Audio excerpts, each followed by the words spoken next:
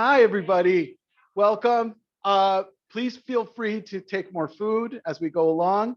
Those of you online, I apologize. We can't share the bounty, but it's really wonderful to be here in person, sharing a meal, sharing ideas, sharing friendship, meeting new people. So really, it's wonderful. I want to begin by thanking uh, uh, Kimberly Moore, who runs the Care Cafe. She's been my partner on this endeavor and really a wonderful partnership. And thank you so much.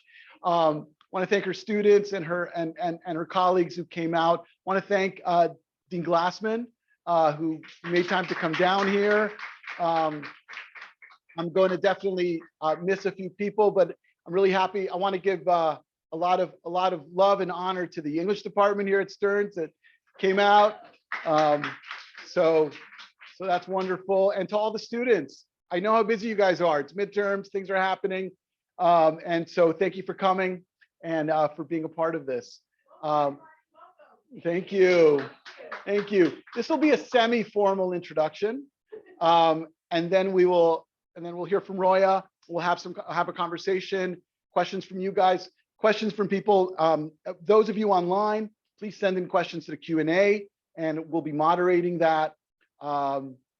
And yeah, so I want to, a few years back, I was teaching a course on Jews in Latin America. And when we got up to the modern era, and we made it up really to the 20th, 21st century, and we started looking at Latino Jewish communities in America. So, you know, Jews living in Miami, Jews living in LA, Jews living in New York, from Latin American countries. And I had one of my grad students at the time was from LA. She was Iranian and grew up in the Iranian Jewish community in LA. Those of you know, I mean, how many thousands of Iranian Jews there are in LA? At least it feels that way. And when we were learning about the Jewish community, the Cuban Jewish community in Miami, she saw these uncanny parallels. So much so that she went on to write a fantastic paper. She saw two communities who had to leave their homes, not of their own will, who were running away from tyranny, but who had this deep nostalgia for a beautiful life they once had, and who were recreating it in a new, unfamiliar place. And it got me thinking tonight, and I was thinking about that story when I was thinking about tonight, because immigrant stories are similar and they're really different. They're very, in their particularities, they're unique to every single person. Every single immigrant experience is different. But there are universal elements that we can all learn from. And when you read Roya's book, right here, Beginner's Guide to America, one of the things she accomplishes is that she gets very particular and is able to zoom out and be very universal. And it's a real gift that actually makes this book, even though it's not truly a guide, it's much more than a guide. It functions as a guide. It can help you as an immigrant, as the child of immigrants. It can help you as someone who is a friend of immigrants, who lives with immigrants. You know, I myself am a proud child of immigrants, and I grew up in a city of immigrants in Miami and New York, where I live and teach. You know, it's people from all over the world. My classrooms here at Stern and at YC are filled with students from all over the world. If not them, then their parents, grandparents. So this is the perennial American theme. And so it's really, and to have, and tonight, I think we're going to be in for a treat. Now, I just want to just say just very few things about Roya to begin with, and then we'll let her speak for herself. Roya's Twitter handle is Roya the Writer. And I think that's perfect. It's straight and to the point, and it's capacious. Roya, in addition to her two previous books, has also written two books, collections of poetry in Farsi. And if you read this book, you'll see how poetry interweaves into into this topic, and I hope we'll hear a little bit about that too tonight. In addition, her essays continue to appear in the New York Times, Wall Street Journal, Washington Post, New York Review of Books, and many other places. And she also, her own experience as a proud refugee, as she also puts on her Twitter bio, it has fueled a life of commitment and activism on behalf of refugees, on behalf of immigrants, on behalf of human rights in general. In 2011, she founded the Iranian Human Rights Documentation Center. Did I get that right?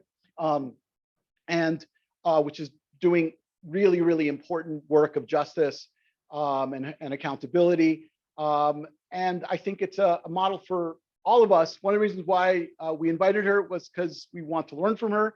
And I think it's especially for our students to see a model of how you can combine so many passions in one. So without further ado, Roya, please come up. And like I said, please send those of you online can send questions in. And thank you so much. Good evening, everyone. I'm truly happy to be here. There's something really intimate about this crowd. And of course, those of you who weren't here earlier didn't hear me say that I spent my first year in America as a college student here. The only shame is that I didn't speak any English, so I walked around like a deaf mute person. But now that I can speak, I'm glad to be back to actually interact. Thank you so much to Ronnie. I have to say that, you know, I have a website, I have speaker agents. Most of these interactions with people who invite me can be very impersonal. But I feel like Ronnie and I became email friends, and I'm deeply touched by the fact that you sought me out, you found me, and by the way, I have gotten used to people bringing me on interviews and inviting me, but not really having read my book. And I've just completely reconciled, because I think, you know, people are busy and it's nice enough that they invite you, but Ronnie has actually read, which which makes it really beautiful. And I want to thank Kim, Dean, and everyone else for being here, including my homies, a large constituency of great neck Iranians in the crowd. And I want to know how many English department students are here. Oh, nice, great, thank you.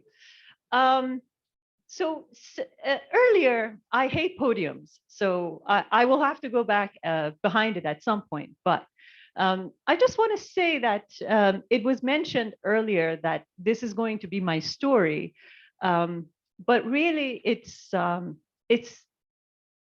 little bit my story in that I try very hard in this book, and whether or not I succeed, I leave to those of you who choose to read the book to decide. I decided to extract the common experiences of immigrants, and I tell you why. I thought this was a very important exercise because I thought about this book in 2016, and I will just say 2016, and I leave it to you to think what was happening in 2016 to prompt me to write a book about immigrants, but I will not name names.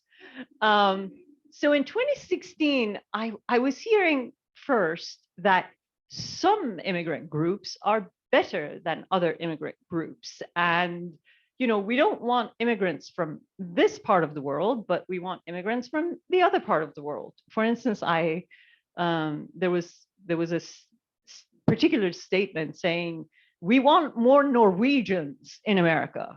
I was thinking, have you been to Norway? Why would they want to come here?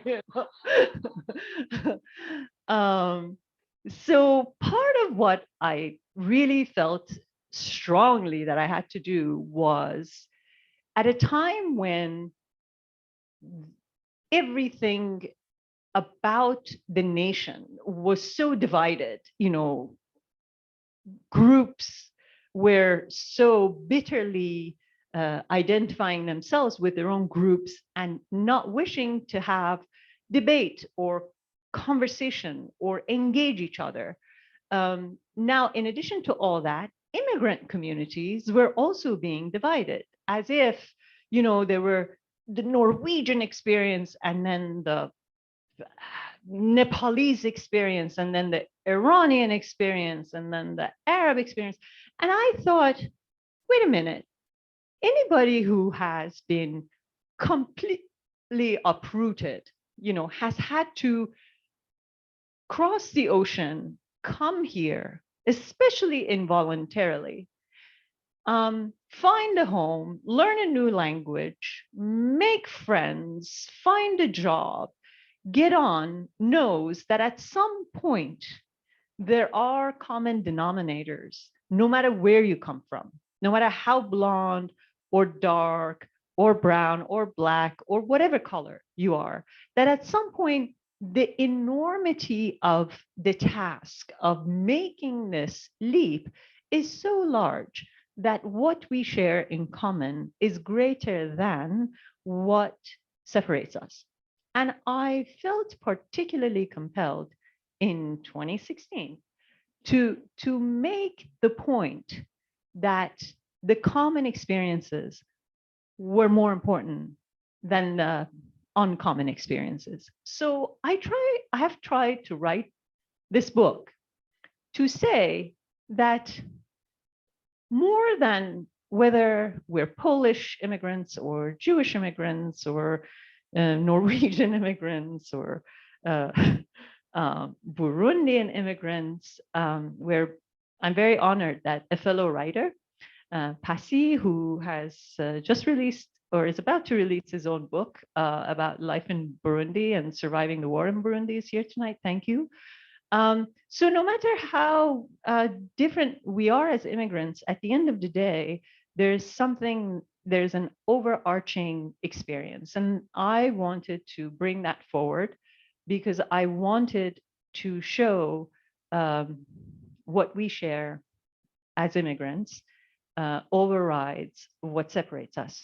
And that was just the beginning. So the book is my experience, but it's aspects of my experience that I believe a lot of other immigrants, although certainly not all, may share.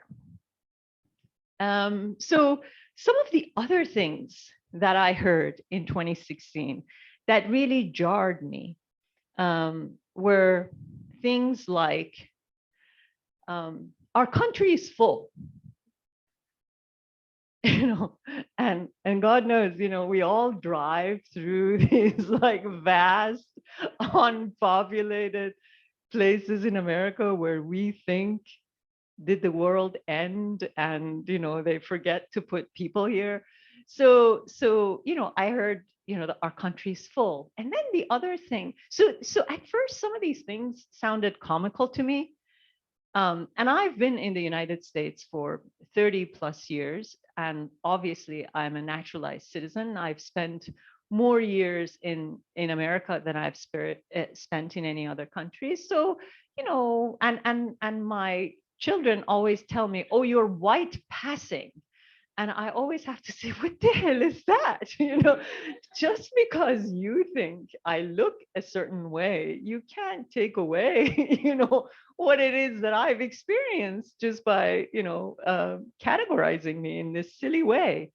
But anyway, I was very, very jarred by certain things I was hearing. Among them was this statement.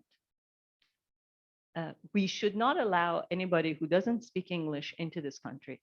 Let them learn English and then apply.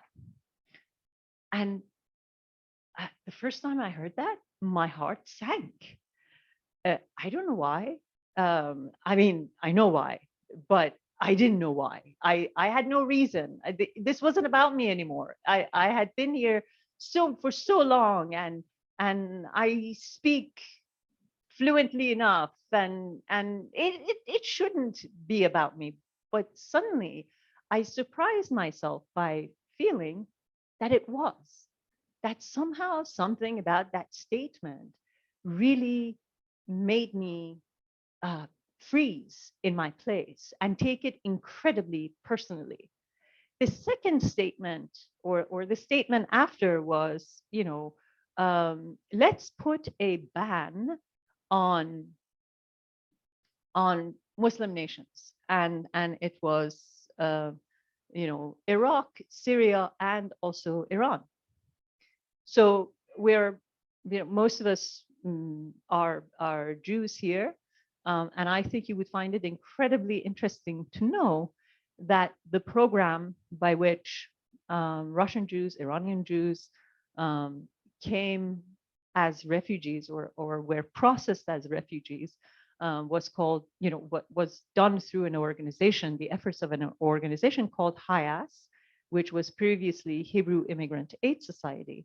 And no longer, they just call themselves HIAS. And HIAS had a base in Vienna, which is where Iranian Jews would come to, and Russian Jews in the early 80s would go to Rome. So there were two processing centers, one in Rome, one in Vienna, one for the Iranian Jewish community or Iranian religious communities that had been experiencing persecution in Iran. And then, this other space. And the statement that there should be a ban on Muslim nations was so categorical and so irrational that even the organization, the program in Vienna that had brought me and my family, me and my mom, out of Iran, had to shut down. That even the Iranian Jews who had come to Vienna. Now, I want you to take a minute and imagine what it's like to, whether you can imagine Iran or not, it doesn't matter. But imagine you sell everything, you give up everything, your home, your belongings, you say goodbye to everybody, and you incur the expenses. And for a country under sanctions and, with huge economic deficits, it is not easy to incur those costs. And you get yourself, and you get visas. Most of us who have American passports don't know how horrendously torturous it can be for somebody who doesn't have a blue passport to apply for visas from other countries. Our blue passports are not just, little notebooks. They are, little books. They are the most important status mark that we are carrying with ourselves. And they just allow us to enter into places that are mostly barred or bar themselves from other people. So imagine you do all that when, as an Iranian, without a blue passport, and you get visas, you come to Vienna, and then somebody puts a curse on your nation, puts a ban on your nation, and now you have to go back, which is precisely what happened to everybody who was in Vienna. So here I was, in 2016, trying to figure out why I, who have been a naturalized citizen for all these years, who, already been through Vienna, got here, none of that is mine, felt that I had to do something, that I had to somehow put up a defense, not just for me, not speak only on behalf of, those Iranians who had been in Vienna and had been sent back. And I just have to say that I can't imagine what it's like to get out and then have to go back and say, oops, sorry, we didn't make it. And then, what do? You rent an apartment, you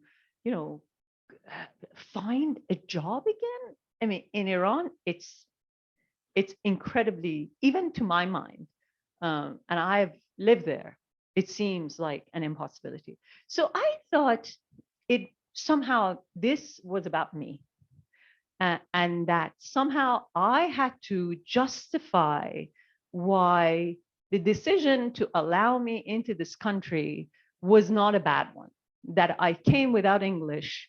And I came, oh, and by the way, there was a third strike that came, which was, let's not accept the ones who don't have skills or wealth. And those of you who were here, I was talking about how I came with a backpack and I had no clothes when I arrived. So, wealth-wise, I was wealthy within, but not without. So I felt that I had to speak on behalf of my brethren. I have to make a case for why it was a good decision to take me in. And I'm talking about the generic me. I'm talking about the immigrant who doesn't speak English, who doesn't have skills, who doesn't have wealth, and then talk about why we actually not only can be harmless, because there was also this talk about how certain immigrants come here to rape and pillage and rob and do this and the other thing. And the first thing that came to my mind when I heard that was, wait a minute, when I first came, the only thing I was trying to do was take the right subway home, because I was always going in the opposite direction of the place where I had to go. And I know it sounds funny to you. It sounds funny to me, but in those early months, all I was trying to do is to remember that the Beeline subway went to Brooklyn if it said Coney Island, and then and then just figure that out. And I was thinking to myself, it would be very difficult when I didn't know English, and when I was trying to figure out subway, and when I had a job where my boss would send me to pick up sandwiches and on very strange breads, including pumpernickel bread, which, it could have been rye, right? When you don't have English, at least you can, hear rye and repeat rye, but no, he wanted sandwiches on pumpernickel bread. And I got fired from that job because I forgot pumpernickel bread, and I have never tasted it, by the way, because I just like me and pumpernickel bread, no. So I thought, how could I, under those circumstances, also go and do something in addition, which would be rape and pillage and rob?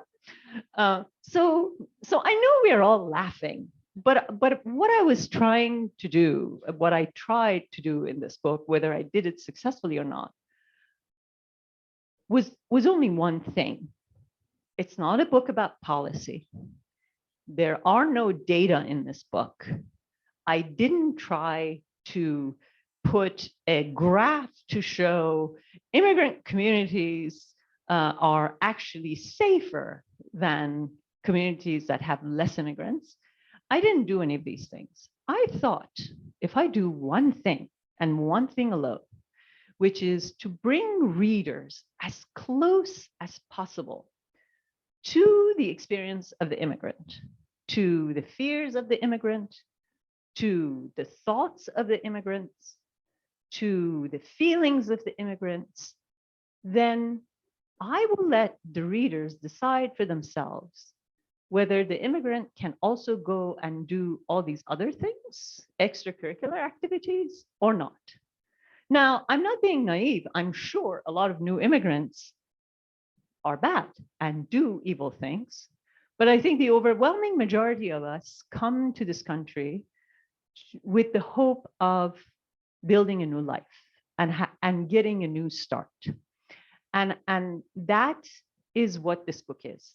I don't tell the reader what to think about which immigrant group, I just try to echo what I know I and a lot of other immigrants whose work I've read, whose testimonies I've heard, whose accounts or diaries or personal histories I have read or known, what they have said about their own internal first encounters with America. And then when that experience, when the immigrant becomes not just this cartoonish figure that politicians or pundits paint, but real human being with flesh, blood, feelings, when that immigrant becomes real, then that immigrant obviously becomes human, just like the non-immigrant. And that's the effort of the book. And so the book opens with the immigrant landing or arriving, and then goes through all the other processes, finding jobs, learning English, acclimating, assimilating, until the naturalization at the very end. And I try to walk the reader through. So now that I've talked so much about it, I'm going to read you a little passage. And I also have to say, since I talked about 2016 so much, which I know you know what I'm talking about, and I just won't mention the thing I don't want to mention. I also thought that I can do one thing, which is at a time when we are so divided and when everything else is turning so ugly, maybe, just maybe, and this I'm saying in particular for the English majors among you, the best thing I can do is to create beauty through language and let that beauty lift us to a place that is not divided, or at least less divided, and let that beauty become the reason that we feel a sense of healing. So I spent countless hours, and don't ask me how many, because I'm embarrassed to say, on composing, recomposing, editing, and re-editing every sentence in this book. I am not saying they're great, but I'm saying that I was determined to make the book, or to make this prose, be as beautiful as possible, because I thought we as a nation needed more beauty to feel better about each other and about the future. So I'll read a passage so that hopefully you can see what it sounds like. So this is from the early part of the book. The immigrant has arrived, and he or she has gone home, has had a first night, in his or her American bed, wakes up in the morning, is kind of trying to figure out, find his or her bearings, and then there's a knock on the door, and she opens the door, a man walks in. And so this is the moment of that encounter. There will be a knock at the door from, let us assume, a rotund person with a tool belt around his waist. When you open the door, the words spill from his mouth like a steady stream from a faucet. Towering over you, he's all smiles and you're all confusion. In his shirt pocket is a scroll long enough to reach his collar. Your eye catches the word lease on the document, and you think this bubble of a man must be your landlord or working for him. He has extended a hand, and when you shake it, his hand swallows yours. The size of his grip will stun you. Here, most things are, as the commercials winningly blare, extra large.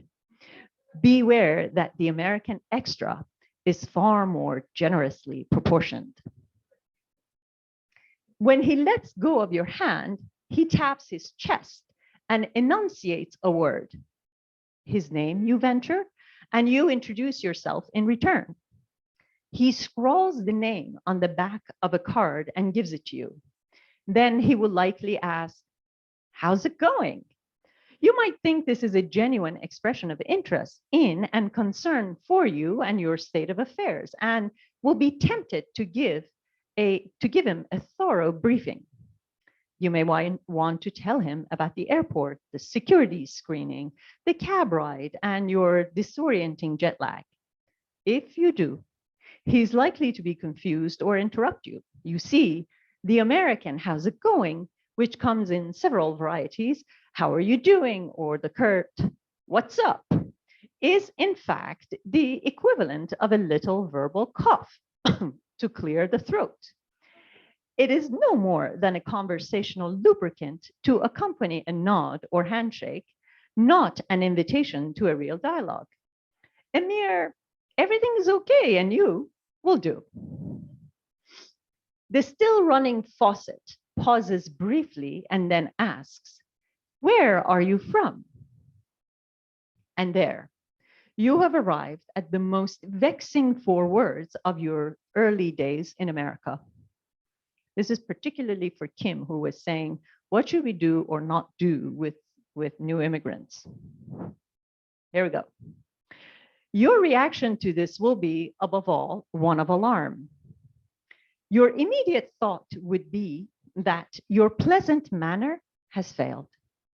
After all, he has found you out, knows you're not from here. You take it to mean that you do not belong. And if you have a particularly gloomy nature, you worry that you can never belong. Even after years of being here and trying to fit in, your accent or something else about you will always give you away. And then the question, with a minor variation, can still haunt you. But where are you really from? When you are new, as you are on that first morning, anxiety explains all things before reason does. But in time, you will see that there are many interpretations for those 4 words, as there are words for snow for the Eskimo. Asking where you are from can often simply be a way of breaking the proverbial ice. You might say, "I'm from Thailand," to which the person asking the question could in turn excitedly say, "My housekeeper is Thai." Or, "I love drunken noodles." You might not be fond of your national cuisine, but no matter. "Where are you from?" is launched into the conversation only to further the introduction. Even the native-born ask each other the same question just to get acquainted. Sometimes it might lead to a wistful memory.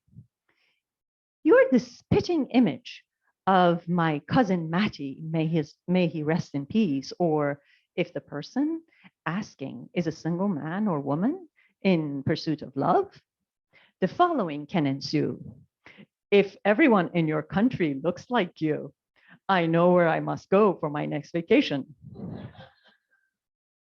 Such lines are most common at watering holes and nightclubs. However, an encounter with a freshly arrived immigrant can have a disarming effect, not unlike that of alcohol. Thank you.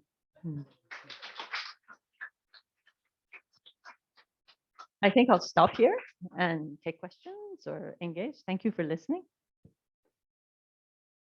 Roya, thank you. See if there's a question here. Let's see from those not here.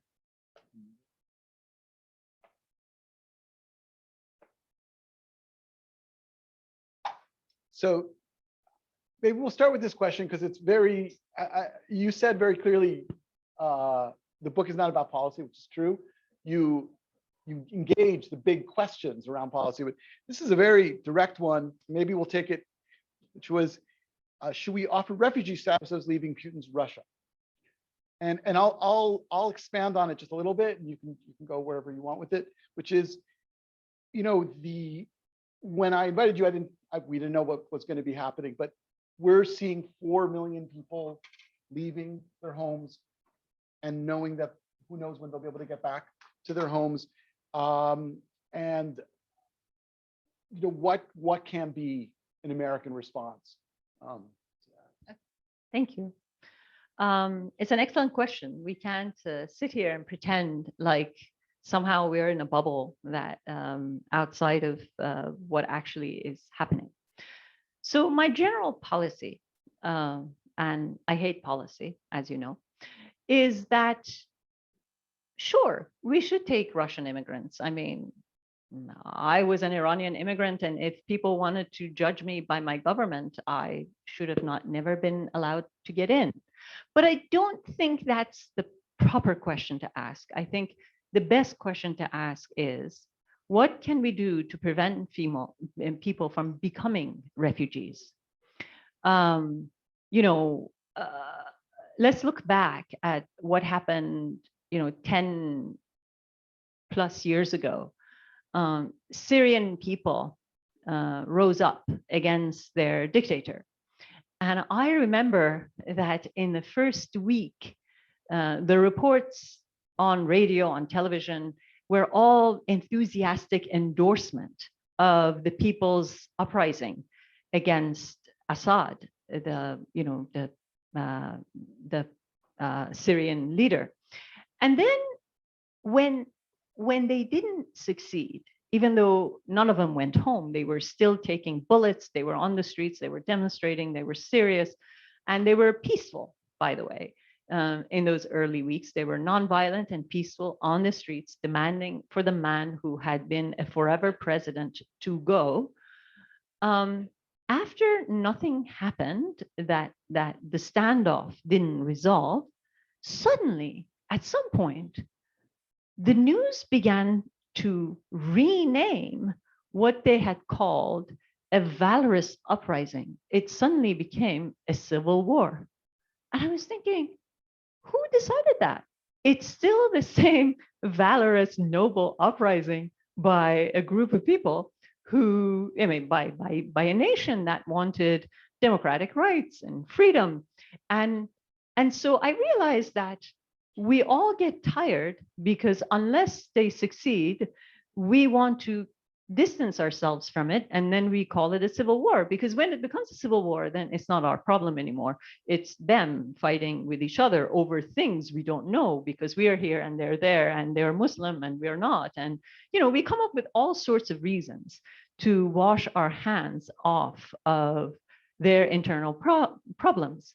But at the end, the very forces that invaded Ukraine in 2022 were the very forces that upheld Assad back then 10 plus years ago.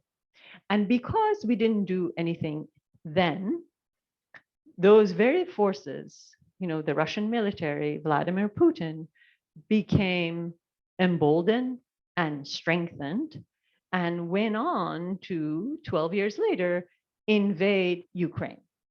So it becomes a refugee issue when you don't look at the root causes of the problem, when you call an uprising for democratic rights eventually a civil war, which it wasn't, because they were peaceful in the beginning, and when you don't feel that you must exercise some sense of duty and responsibility as a global citizen to intervene in this matter, non-militarily, fine, but intervene one way or another and prevent them, because there were 5 million Syrians, and I'm not counting the dead, who eventually became refugees. The better thing to do isn't to say how many refugees can we accept. The better thing to do is to say, what can we do to prevent them from becoming refugees? And that means that we cannot sit in America and say, it's a civil war, it's not our problem. It is our problem. In the same way that COVID spreads, and we know that we must come together as a global unity of humanity to address it, in the same way that we understand that we cannot prevent the environment from collapsing unless we work together as a human community. In the very same way, we have to stop these atrocities from occurring, because the only way we can do it is by coming together. It's not a civil war. It's a conflict that eventually, one way or another, affects all of us. And by the time they become refugees, it's too late. So while I think we should open our doors and accept the refugees, what I really think we ought to do first and foremost is to prevent them from becoming refugees in the first place. In the book, you mentioned that America's not all capable, right? You talk about that. You talk about how immigrants sometimes will be critical, as Americans are critical, right? So how do you balance that out? I mean, what do you? I don't know. I'm leaving that as a big one. Well, of course we are not capable, but part of our incapability is that we keep hearing, if the gas prices go up, people will get angry and they'll vote you out of office. And therefore, we need to buy Russian gas and Russian oil in order for gas prices in America not to go up. And therefore the cycle continues. So we are incapable because we do not do what the job of humanity is to do, which is to realize that one way or another, we inherit the problem. Either we inherit the problem as an additional 5 million refugees, and in the case of Syria, a country that is now the greatest harbor, shelter for all sorts of terrorist organizations that will, one way or another, come and attack us or make our world unsafe one way or another. So either we get to it now, or watch until they drive their airplanes into our buildings. So my point being that either way it's going to cost, and it's better to take the cost early on than to wait for it to become the disaster that it becomes. And then, the investment will be much larger and we may never be able to accept it. So, I think about, I can't say I'm a student of Churchill, but in the past month, I have thought a great deal about how he managed to sell the necessity of everybody else getting involved in World War II against Hitler to everybody else. And I think that we need visionaries like that to lead us at times like this. Are there questions in the audience? Someone in the audience have a question? Please, Anne.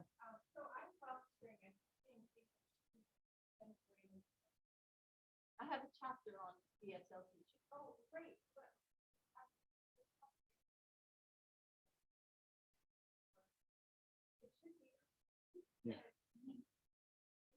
I was curious about that too. Right. Because yeah, I agree. I agree. But I also think that I deserve the National Book Prize, but you don't give it. What can I say?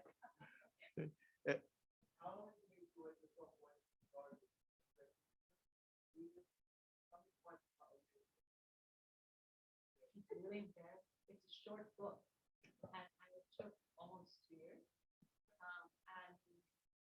And I rewrote it countless times. So yeah, yes, it took more than a disciplined, productive writer would take, right? Listen, you have a lot of academics here. It takes us 10 years to write a book of similar length. So, Erica.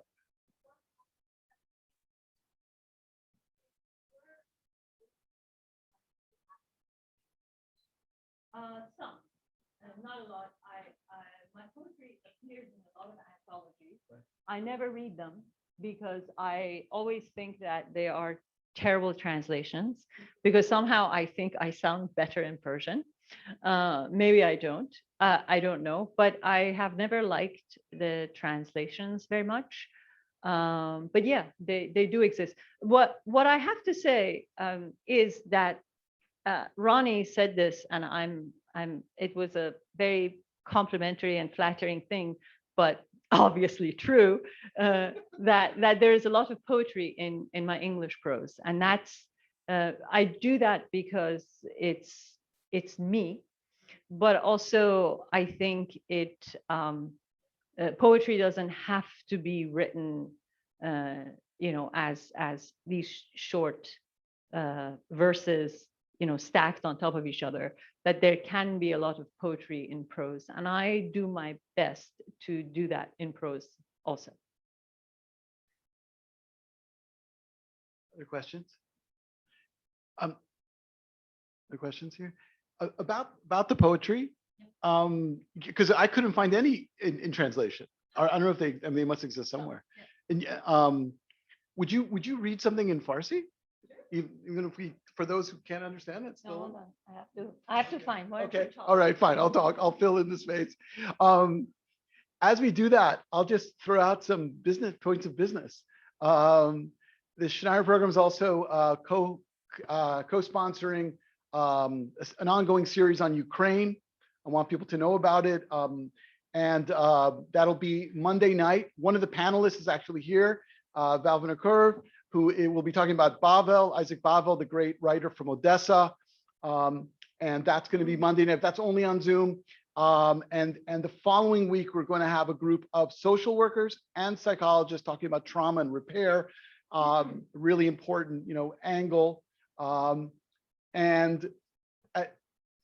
Kim, do you have something about the Care Cafe? Oh, please come on up. Okay. Oh, you don't want, you want to say it? Sure. Okay, why don't we, here, Okay. please. Thank you. Hi, everyone. We also have a community partner joining us. If you stand up, Mr. Ramatu Ahmed from the African Life Center, one of our newest community partners with Care Cafe. Thank you. We'll be having a panel discussion tomorrow night entitled Sustainable Community Development During Crisis, Appreciating the Essential Role of Women. So I'd love for you to join us for that as well. We'll be handing out flyers for that. Thank you. Thank you. Thank you. And I'm just going to say my last formal thank yous, and then we'll hear some poetry, and then that way. I want to again thank the Wurzweiler School of Social Work and the Care Cafe and Kimberly Moore's leadership on that. I want to thank all the people who came out here, English department, special guest Pacific, who's here tonight, and all the students who came out. Guys, I know how busy you are. And it really means a lot. This is what we're here for, expanding our minds, building bridges. I want to thank my research assistant at the Schneider Center, Erica Sultan, who's done so much to get this night together and to reach out to people. And so thank you. And now we're going to end with a little poetry. Yeah. Right. It's a short poem. Do you need me to just read or read and translate? I don't know how well I can translate, so I'll just read. Okay.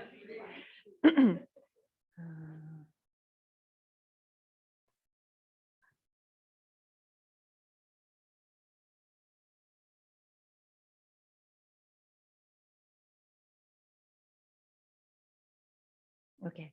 Short. Okay. در سر من جهانی ابدی در جریانی جاوید است. تکدانه های سپید گیسو رشته های آخرین برف زمستانی سرزمین من است. فردا اگر دستم را بفشارید انگشتانتان شکوفه خواهند داد. Thank you. Well, thank you again to everybody. And be sure to be on the lookout for more great programming. I forgot one last thank you. It's always good to have more thank yous. I want to thank YUPAC.